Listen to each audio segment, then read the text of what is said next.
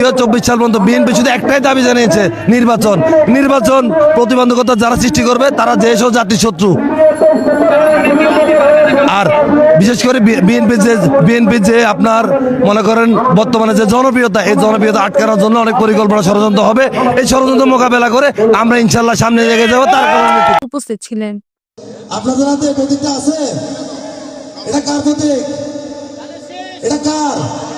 এটা সাইদাল নোমান। এটা কে? এটা আব্দুল্লাহ নোমান সাহেবের সন্তান সাইদাল নোমান। এটা মার্কাটা কিসের? আপনারা কি মার্কা ভোট দিবেন? সাইদাল নোমান ভাইকে 12 তারিখ ধারে শেষ মার্কা একটা ভোট দিবেন।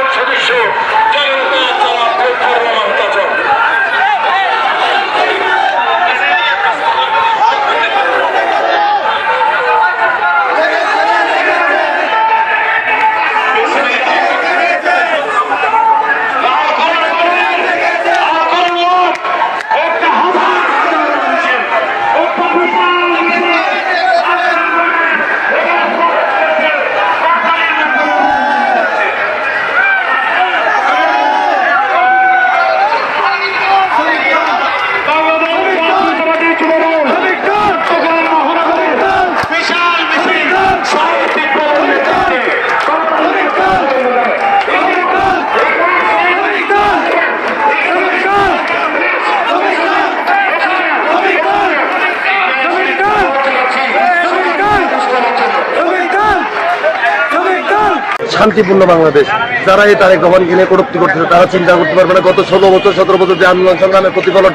গতকালকে সার্জিস, তারপর আপনার হাসনাত, তারপর যারা উপদেষ্টার মধ্যে যারা ছিল আপনার সমন্বয় যারা ছিল, তারা অল্প কয়েকদিনের মধ্যে ট্যাঙ্কে ঢুকতে বাধ্য হয়েছে। আমরা এই গুলির মুখে হাসিনা সেনাচারী পেটুয়া বাহিনীর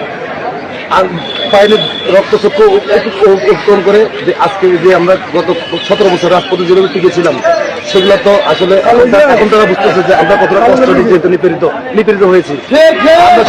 আমরা শুধু এখান থেকে শুধু একটাই মেসেজ দিতে চাই, আগামী রাষ্ট্রনায়ক জনাব তারেক রহমান বাংলাদেশের গণমানুষের নেতা, সমগ্র বাংলাদেশের নেতা। ওনার হাতকে শক্তিশালী করার জন্য বাংলা জাতীয় যুব দল ওই প্রতীক যেভাবে কাজ করবে, ভবিষ্যতে যেভাবে কাজ করবে।